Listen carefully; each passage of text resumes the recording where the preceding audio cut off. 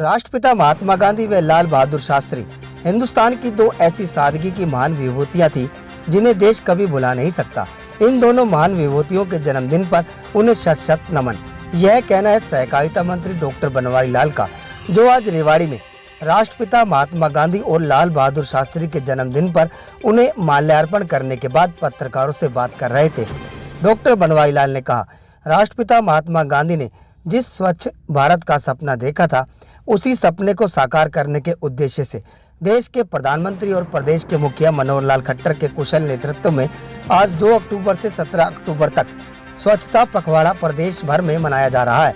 इसी कड़ी में डॉक्टर बनवारी लाल ने स्वच्छता पखवाड़े में साफ सफाई करने वाली गाड़ियों को हरी झंडी दिखाकर रवाना किया। उन्होंने कहा कि मनेठी में बनने वाले एम्स की जमीन का कल अवलोकन करने केंद्रीय टीम पहुंची थी, जिसे उस टीम ने एम्स निर्माण के लिए उचित बताया। अब इस पर आगे की रणनीति तैयार कर इस प्रोजेक्ट पर जल्द काम शुरू होने की संभावना है। कांग्रेस की ट्रैक्टर रैली के सवाल पर मंत्री ने कहा कि रैली निकालना हर व्यक्ति का अधिकार है, बशर्ते मुद्दे देश हित में हों। बड़ौदा उपचुनाव पर मंत्री डॉक्टर बनवारी लाल ने कहा, अभी किसी पार्टी ने अपने कैंडिडेट की घोषणा नहीं की है। जैसे ही इनकी घोषणा होगी, जसपा और भाजपा भी अपने सक्षम उम्मीदवार चुनाव मैदान में उतारकर यह चुनाव जरूर जीतेगी, ऐसा इनका विश्वास है।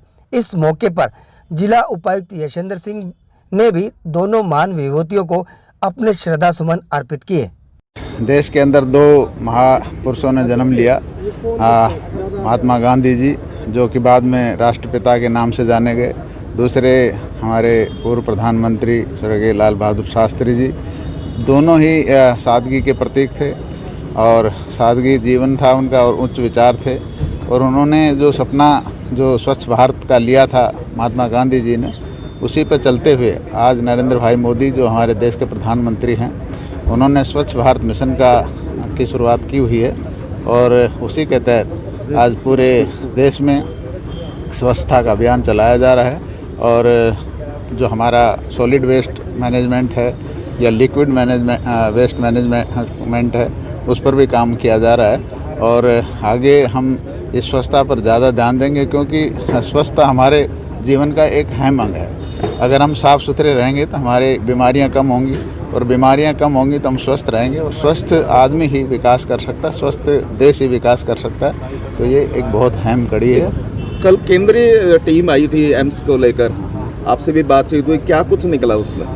देखो, केंद्रीय टीम ज़मीन का अवलोकन करने आई थी कि ज़मीन जो हम उनको उपलब्ध कराएंगे वो ज़मीन उनके लिए फिट है भी कि नहीं है। तो उस सिलसिले में वो यहाँ आए थे और उनको वो ज़मीन दिखाई गई और हमारा पूरा प्रशासन उनके साथ था, डीसी साहब भी थे।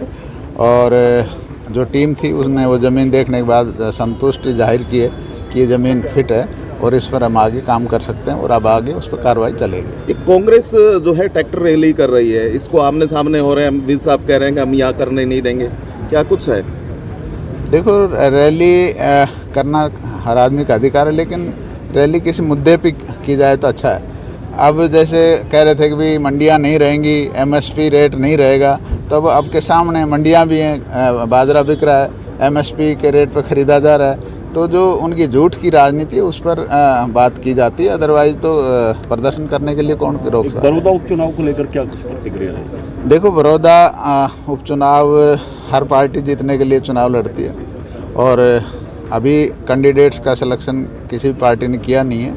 और जब कैंडिडेट सामने आएगा तो हमारी जो पिछले 5 साल में हमारे प्रदेश के मुख्यमंत्री माननीय मनोहर लाल जी ने जिस तरह से पूरे हरियाणा में बराबर बिना भेदभाव के, बिना भाई भतीजावाद के जो विकास कार्य करवाए हैं, योग्यता के आधार पर नौकरियां दी हैं और बहुत से विकास कार्य जो कराए हैं, उन विकास कार्यों को हम जनता के बीच में ले जाएंगे। और हमें पूरा विश्वास है कि भारतीय जनता पार्टी और जेजेपी का जो भी उम्मीदवार होगा वो विजयी होगा। Thank you.